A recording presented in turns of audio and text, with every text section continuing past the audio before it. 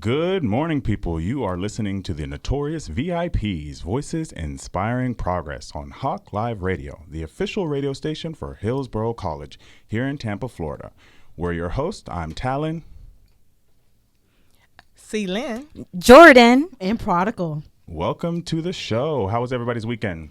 It was great. It was great. It was a beautiful weekend. Lovely. Enjoyed it. That's good. I actually went to the Pier 1 Powerboat Grand Prix in St. Pete. I covered that for Hawk TV. So if you're listening, be sure to tune into our YouTube. That will be available soon. We have a great show lined up for everybody today. And the next segment will be hitting on some diverse and progressive topics. For example, Tampa Bay will be having a city spotlight coming up. But first, we're going to kick things off on our show starter tune, Diggable Planets, Cool Like That.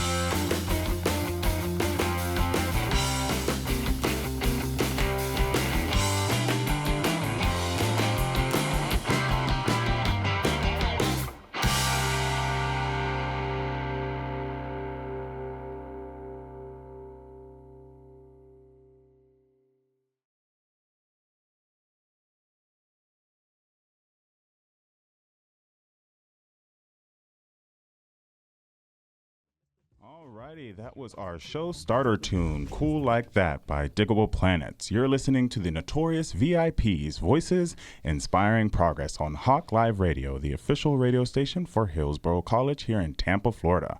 We're your host. I'm Talon. Lynn. Jordan. And Prodigal. Welcome back to the show. Let's get right into it today. We'll start with our first topic. Take it away, Jordan. Good morning, Tampa Bay. Welcome to City Spotlight, your go-to segment with the Notorious VIPs, Voices Inspiring Progress. For the hottest spots and hidden gems in town, I'm your girl, Jordan. And today, we're diving into the best places to experience the vibrant energy of Tampa. Whether you're a local or just visiting, stick around as we uncover the must-visit hotspots in our city. First up, we can't talk Tampa without mentioning the iconic Tampa River Walk. Stretching along the Hillsborough River, the scenic promenade is perfect for a leisurely stroll, bike ride, or even catching live music at Curtis Hickson Waterfront Park. And don't forget to grab a bite at one of the waterfront restaurants. Fresh seafood with a view? Y'all, yes please. And now, next on our list is Ybor City. We have Tampa's historic Latin Quarter, known for its vibrant nightlife, unique shops, and of course, authentic Cuban cuisine. Ybor offers a cultural feast, and you're going to want to visit that famous Columbia restaurant, because let me tell y'all, it's Florida's oldest restaurant, family owned and operated since 1905. And I had the pleasure of visiting a couple of weeks ago, and when I tell you the food was delightful, it was delightful. The Tampa Magazine established this story and published. So they covered 4 Spanish-Cuban immigrant Casimiro Hernandez Sr., who arrived in Tampa, Florida with his 4 young sons, which meant searching for opportunity and a better life. On December 17th of 1903, he helped to open up the Columbia Saloon, which became Columbia Restaurant in 1905. In over 120 years, the original restaurant has expanded to an entire city block and now the largest Spanish restaurant in the world. And yes, y'all heard that right. Standing at 52,000 square feet, and it could sit up to 1,700 customers in its numerous dining rooms. So if you haven't had the chance to go down and check it out in your lovely city of Tampa, go ahead and head down to Ybor City and check out the Colombia restaurant. Casimero's descendants diligently care for the Colombia restaurant and help to preserve its American dream. As Florida's oldest restaurant, the Columbia has 7 locations in Florida, and it's still owned and operated by the family members. You need to go ahead and try their Cuban sandwich. It's legendary. Come back and tell me it's not gold. Now, we're going to cover a few different places and a few different places. So, for art lovers, the Tampa Museum of Art is a must visit. Nestled down, it features contemporary and classical art exhibitions that will inspire and captivate. Plus, their Riverside location offers stunning city views.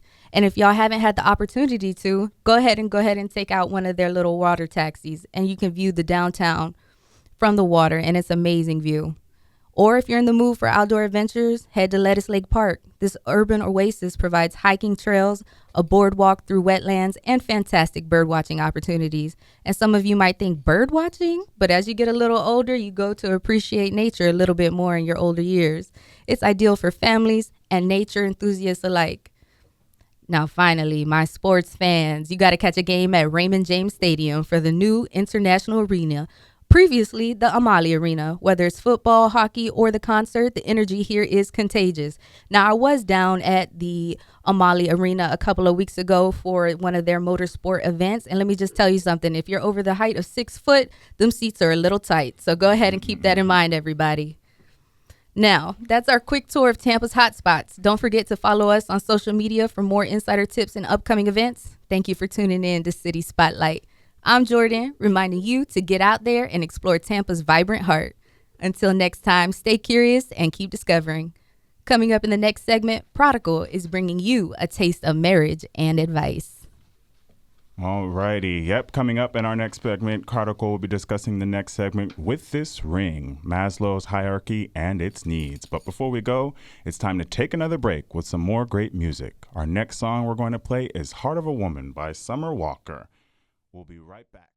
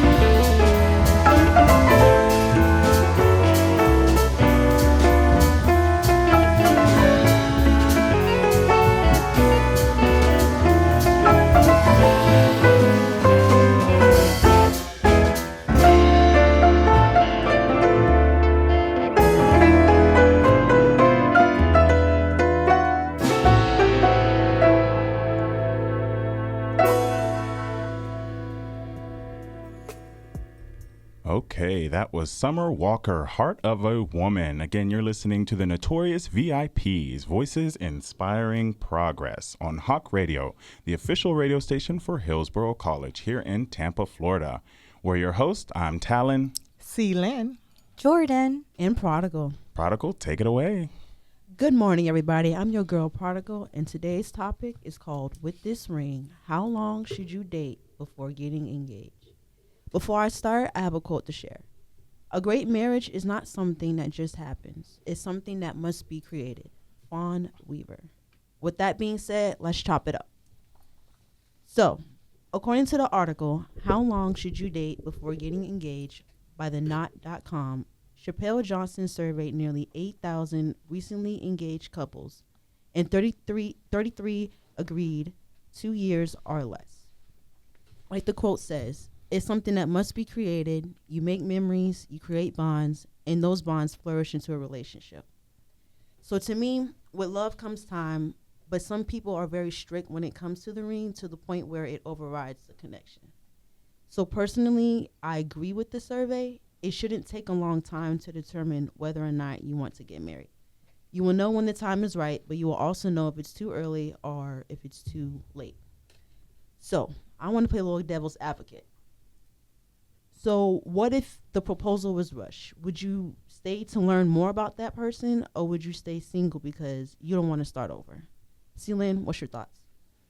Well, I think that, take your time when it's time to get married. It comes back to a core value of why are you getting married? And, a lot of people go into marriage thinking that, is this going to be short-term or long-term? Some people go into marriage saying, once I get married, I'm never going to do it again. This is it. We do thick and thin, better or worse. So I think it goes back to the core of a person about marriage and getting engaged. Shorter engagements, you tend not to know. You tend to learn like OJT style once you get married. I think you shouldn't wait too long, because it shouldn't take that long to wonder if this person is for you and if this person you're going to be with for the rest of your life. So I think it depends on the person and what they're looking for, and is it going to be forever, or they're just trying out something and have a back thought in their head like maybe not. So if it's a maybe not, then take your time before you get married. Right.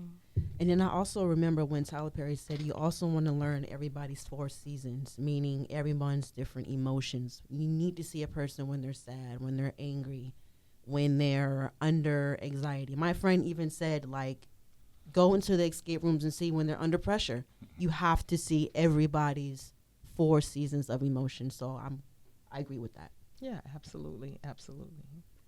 So also, when it comes to relationships, I also want to think about the timing of when you want to involve family.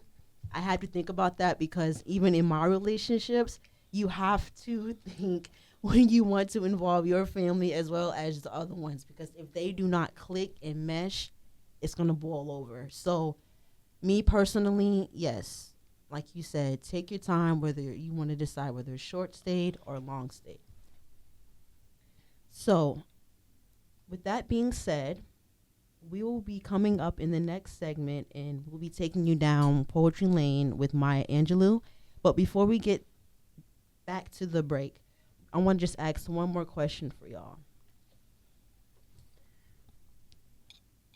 And I want to think thorough before I ask it. Of course.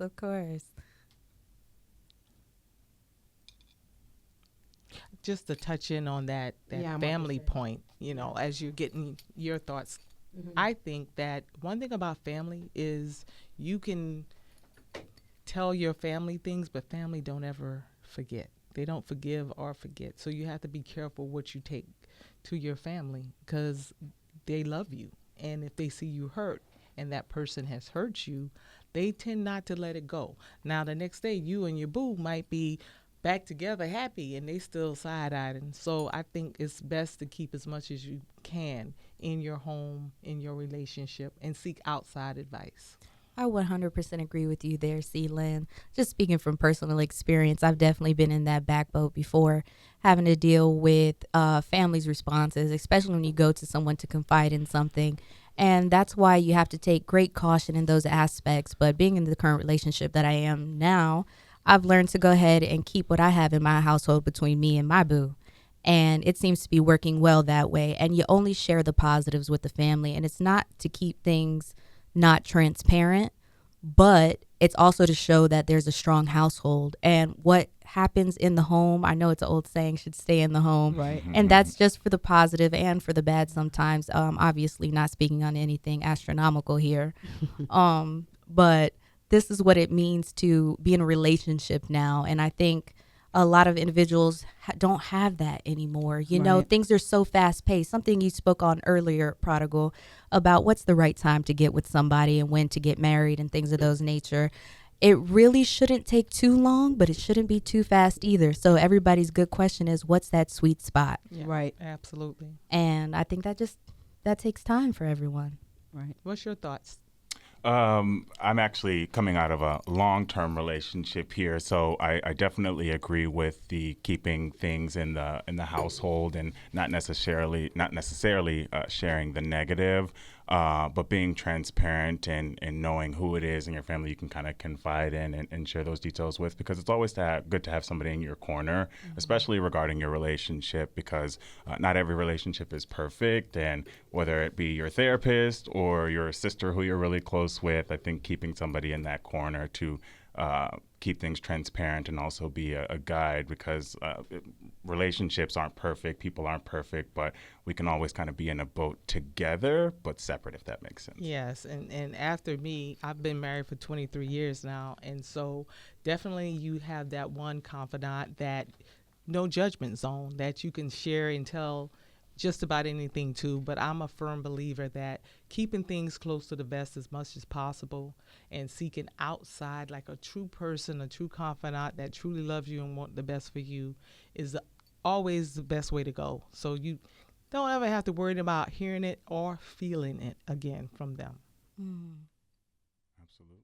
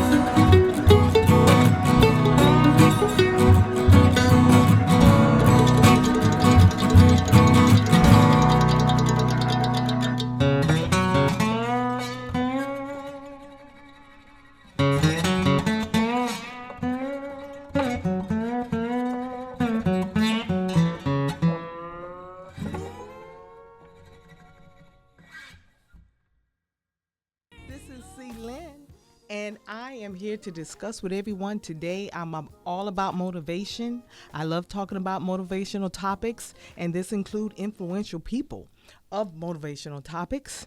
This brings me to one of my favorite poets, Maya Angelou.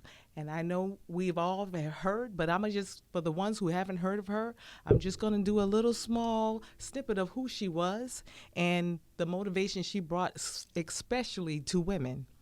Maya Angelou was an African American poet, memorialist, actress, singer, dancer, and civil rights activist. Her career spanned theater, dance, journalism, and social activism.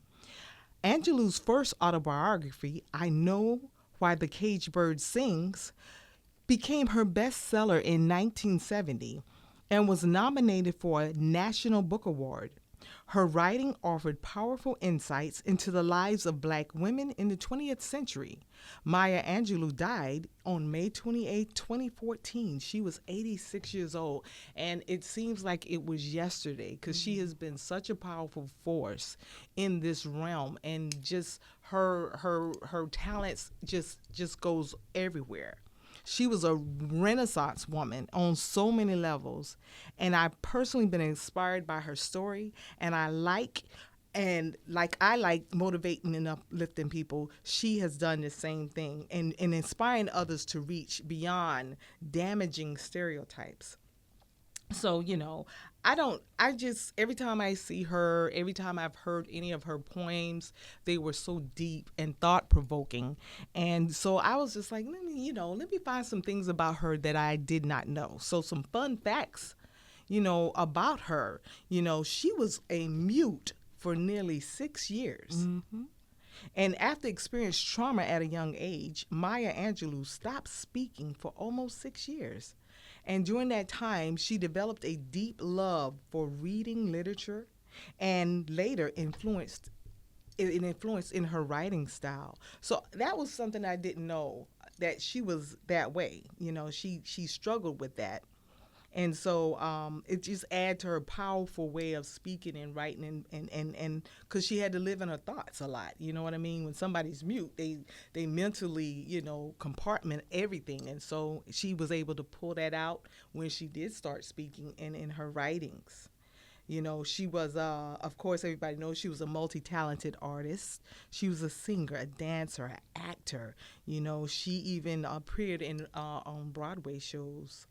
Another fun fact is she spoke 6 languages: English, French, Spanish, Italian, Arabic, and Fanti. It's a Guyanian language. And she visited several countries, including Ghana and Egypt. Most of the times everybody see her in these movies, and she worked with Dr. Martin Luther King and Malcolm X.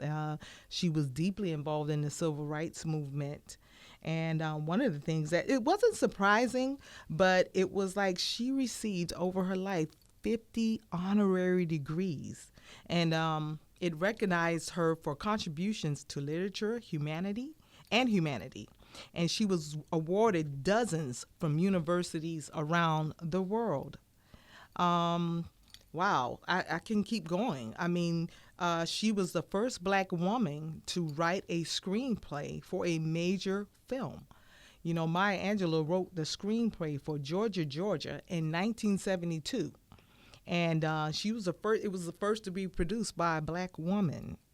And of course, another one is, of course, she was awarded, last but not least, the Presidential Medal of Freedom by President Barack Obama in 2011 for her literary achievements and activism.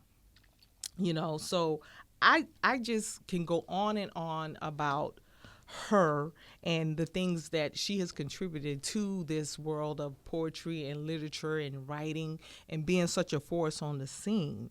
But me personally, I love some of her poems, and I'm gonna give you some of her poems that personally touched me. And Phenomenal Woman was one of them. Classic. You already know. I mean, I'm just saying, I'm just like, this in her poem, she continues to describe her confidence, unique qualities, rejecting conventional beauty standards to define herself as a radiant and powerful woman. And let me give you a small excerpt in my voice, Pretty women wonder where my secret lies. I'm not cute or built to suit a fashion model size. But when I start to tell them, they think I'm telling lies. I say it's in the reach of my arms. The span of my hips, the stride of my step, the curl in my lips.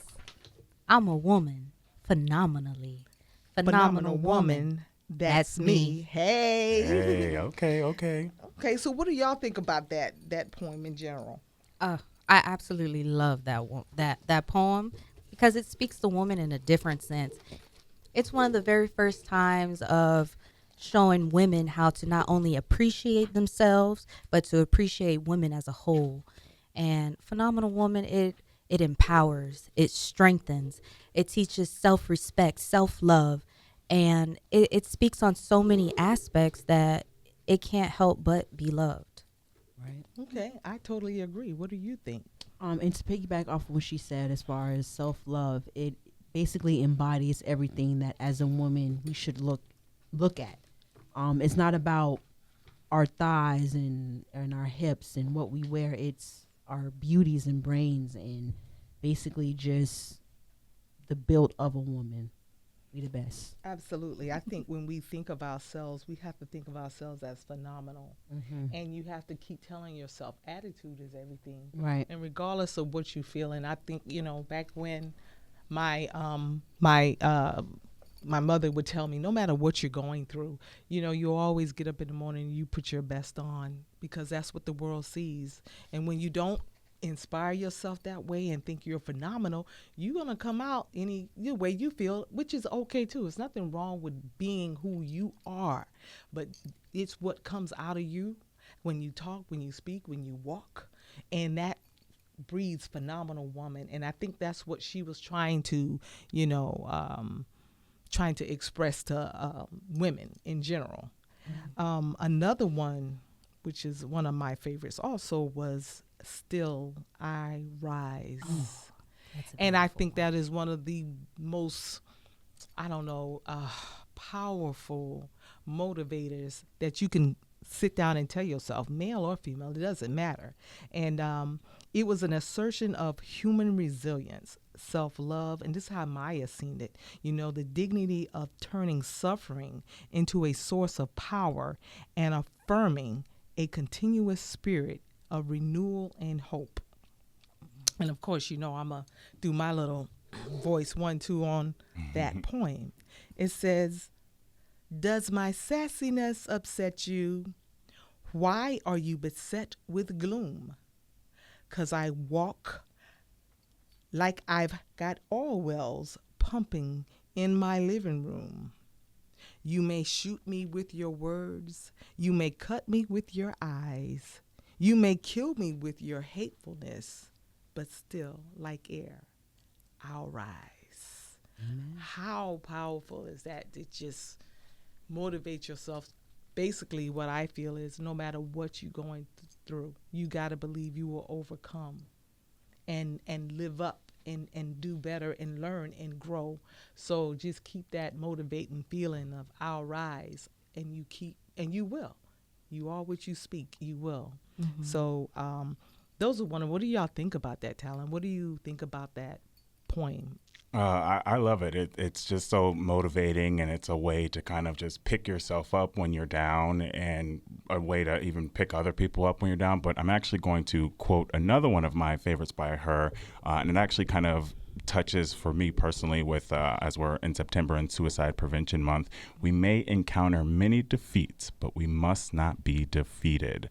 It just means that there's always going to be roadblocks. There's always going to be a wrong turn, but it's a way about hitting that U-turn or just self-correcting and continuing on. So I just think there's so many ways you can lift yourself up and lift others up with her quotes and her poems, and it's amazing.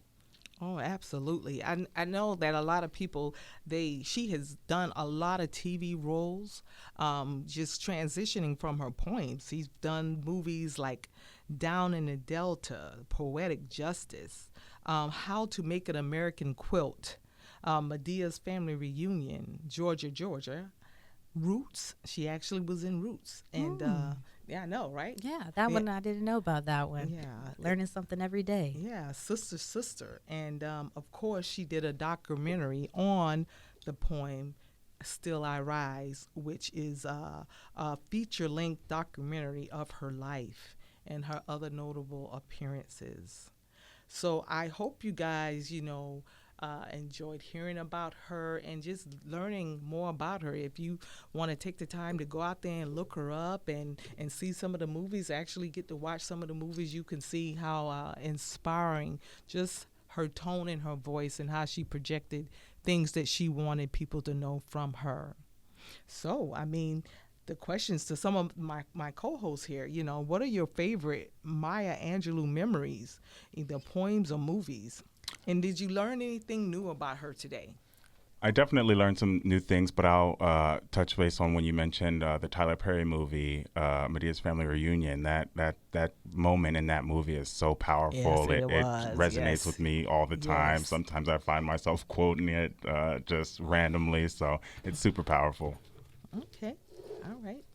I'm going to go ahead and talk on Why the Caged Bird Sings. It's going to be Okay. that book that Maya Angelou had written and published. And I want everyone to go ahead and try and take a stab at reading it, even if it's just a couple of pages a day. And I want you to understand the impact that she's had on the people and also to have an understanding and go into it with non-judgment.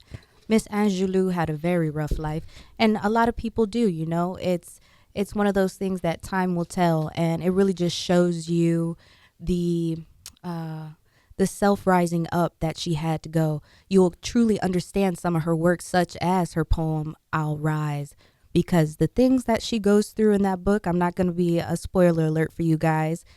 Trust me, that woman had to tell herself something just like that, I'll rise, because them times were tough, and I couldn't imagine anything else or how I would have got through it. So that's going to be my recommendation, y'all. Go ahead and go check out that book. It's amazing read. It's influential, and I can't wait to hear y'all's responses about it. Okay. Well, that's something I definitely will do. I've touched on the majority of her stuff, but definitely listening and learning more about her is nothing but a treat.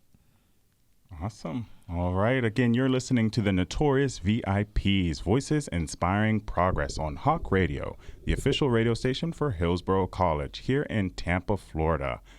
Well, coming up in the next segment, I'll be talking things deeply rooted, culture and community here at Hillsborough College. But before we get into that, it's time to take another break with some more great music. This one's for our Steelers fans out there. Woo-woo! Our next song we're going to play for you is Black and Yellow by Wiz Khalifa. Enjoy, and we'll be right back.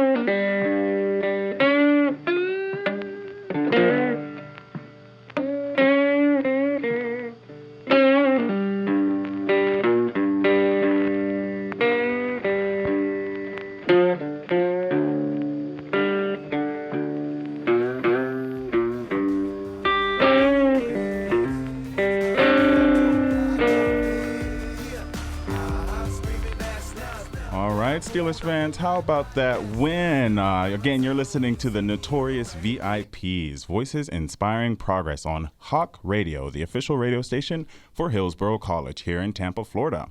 I'm your host, Talon. See, Lynn. Jordan. And Prodigal. All right, I hope you guys are enjoying the show. You guys having fun doing the show with us? Oh, man, it's been a treat. It's been fun. I'm enjoying it. Absolutely loving I'm it. enjoying Yeah, it. it's really nice. I love the Steelers win, by the way. Oh, yes. 1-0. Aaron Rodgers really came out and showed out. And proud. Boswell with that career-long kick, 60 yards, and it even went a little further than that. It was about 70 I was yards. crossing So my Yeah. fingers the entire Yeah. time. I'm like, please make it, if please you've got make him it. in your fantasy, hey, you're right on track for a Can't good wait for the win. next week's game. Can't wait.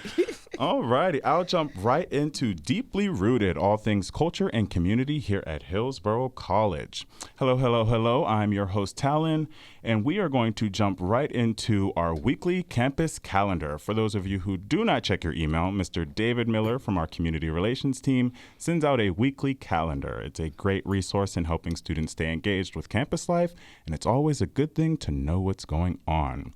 You may have missed it this week, but now you'll know going forward. SGA, our Student Government Association, hosts a Movie Monday in the Ebor room of the Ebor building. Yesterday's screening in honor of Suicide Prevention Month was A Man Called Otto, starring Tom Hanks. If you didn't get a chance to catch that screening, it is available on Hulu and Netflix. Moving right along, today from 3 to 4 p.m. and every Tuesday, students, faculty, and staff are welcome to join Crochet and Conversations. They welcome all skill levels and even offer supplies for those who are looking to pick up the hobby. That's happening in the YFAC building, room 229. Again, that's today and every Tuesday from 3 to 4 p.m. Anyone here know how to crochet? Oh, guys, that is my thing. Oh, Okay. really? I'm going to have to buy some pieces. I absolutely love to crochet, and it's a problem. I got more yarn than I got projects done. Okay. Yeah, that's cool. I did that in Girl Scouts, but I didn't keep up with it. But It's so relaxing. So relaxing. Wow, that's excellent. Yes. I know our winters are short, but maybe I can learn to make myself a hat or even a scarf before the weather changes, huh? Definitely. Okay. All right. All righty, calling all debaters. Sign up for the Great Debate ends today, September 10th. So if you're listening, it's not too late to join. For those wondering, the Great Debate is a live, in-person, 8-minute debate, Lincoln Douglas style. The main event is happening in October 9th from 5 to 7 here on our Ebor campus. Not only is there a chance to win prizes, but winners and runners-up will be eligible to participate in the intercollegiate debate happening this November in St. Pete.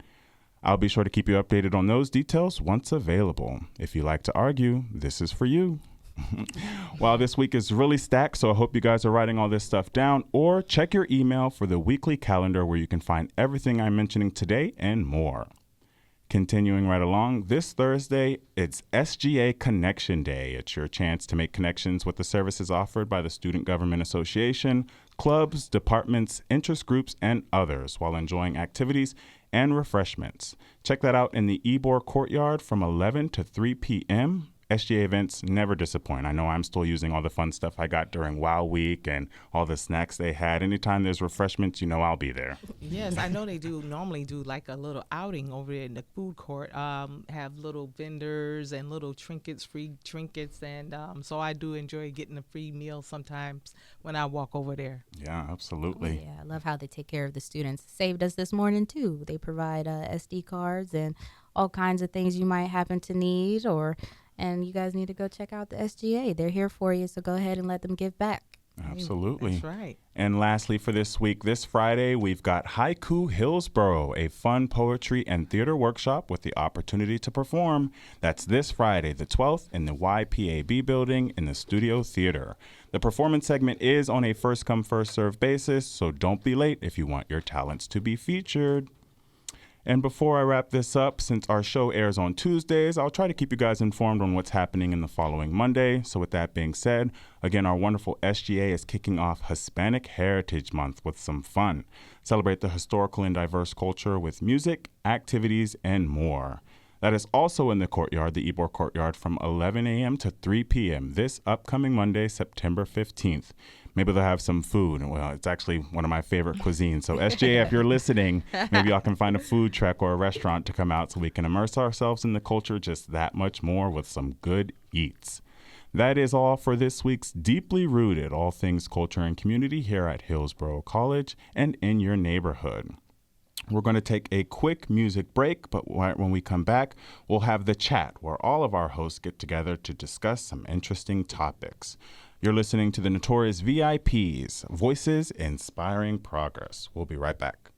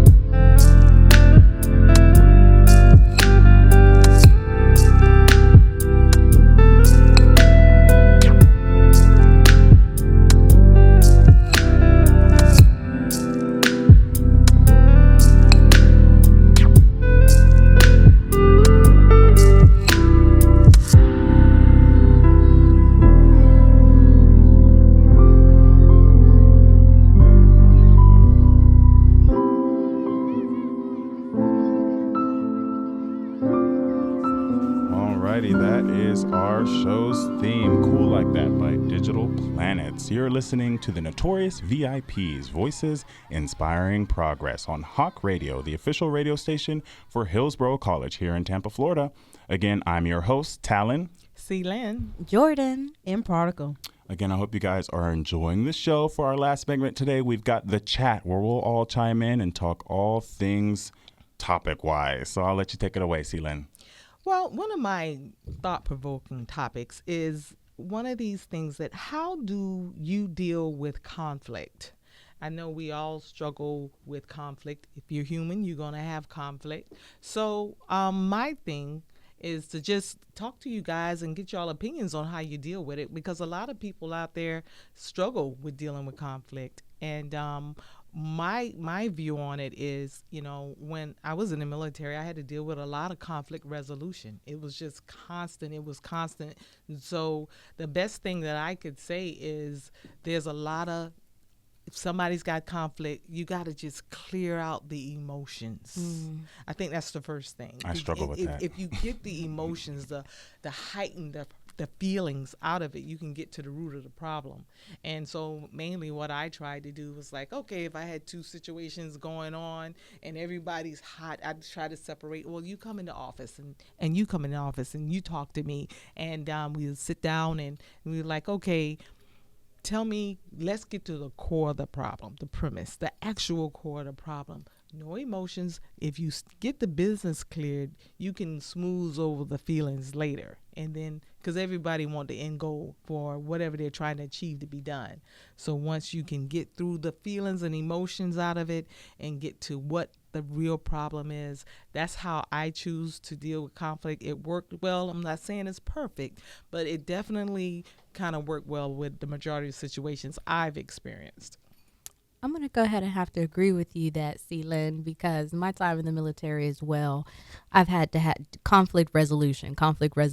And let me tell you something, nothing is harder than trying to get to the end of a resolution when everything is going haywire. So for myself, my conflict resolution actually is I have to sit for a moment, write it out, and then see where my thoughts are. And sometimes I know that's a little bit slower for some individuals, but that's how I attack the problem clear-headedly. I evaluate, I hear how I thought to myself, and some people you don't have to write it out. But it's a good gauge to see where your mind's at and how you're going to attack that. I like that. I Yeah, like it's that. definitely about writing out. I like don't that. take the time to write it out, but I pregame it. I'll think about it in the shower on the Right. drive home and be Yeah, like, yes, how can I definitely. face this problem head on and have clear thoughts? Because once I'm in the moment, like you said, the emotions take over and Yeah. I'm either shaken or Yes, emotional yes. and I can't get my words out. So I like the thought of writing it down. Thank you. No, it definitely helps. It's something I learned in therapy, okay? Don't be afraid of it, people. It's there for help, okay? Absolutely. Okay. Absolutely. And then sometimes, like with me, I like to sit in it, and I only sit so I can think because I'm not even gonna lie. Excuse me, I have a very, very bad temper, but I've learned to control it, and I've learned to be quiet. Just it's okay to be quiet. Oh, wow. That's just it. Absolutely. Well, Absolutely. a lot of people struggle with that, and so if you let them, maybe people need to stop and take the time to just think things through. And like Jordan and Taylor said, yeah, you got to make sure that you think it out. Like one of the big things for me was when you see an email come across, and the first thing you just want to go just start typing, and it's like, no, pause before you just read it. Feel what you feel, but don't start typing it. Don't immediately send it out. I start typing it, but then I just delete it. And that's crazy because I used to be like that. I used to be like, no, seriously, I used to be like that. But then I was like, you know what? I have to find different outlets. So this is why, like right now, I want to do directing in movies because once I turn that TV on, everybody knows, all right, Cheryl has an attitude because I'm zoned in, and it's just it takes everything out of me, and then I'm cool. Once the TV show is off, I'm cool. How y'all doing? Okay. That's it. All right, then. I think that's cool. I think you're a cool person, by the way. So, you know, I Cool think like that. Cool like that. Exactly. That's our theme. Okay. Well, what about another thought-provoking thing? What is your favorite way to relax? What is Talon and Jordan and Prodigal? What are y'all favorite ways to relax? The gym. I'm not. Go ahead. I was going to say I'm not even going to lie. That in church. I'm a church girl. I'm sorry. Okay. I love me some Okay. Jesus. Okay, now. Amen. Amen. I respect Ain't it. nothing wrong with that. That's it. I guess my favorite way to relax is really just don't do nothing.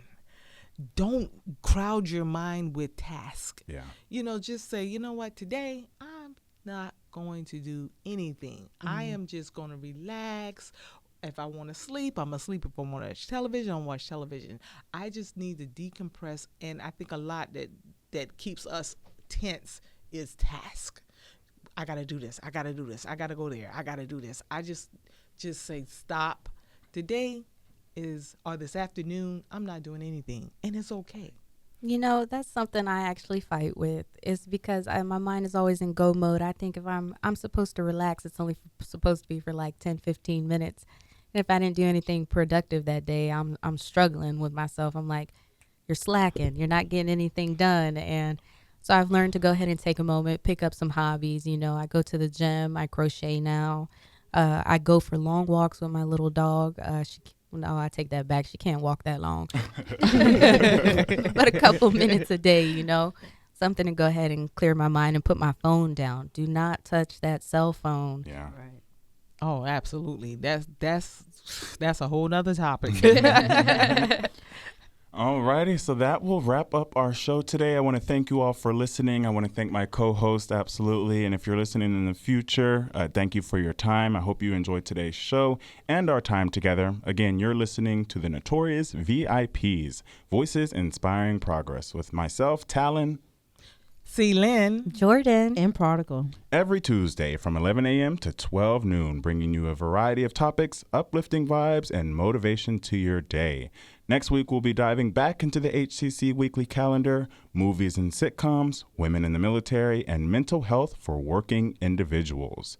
Thank you all for tuning in. We'll see you all next time. We'll send you out with some HC tunes. Bye, everybody. Bye.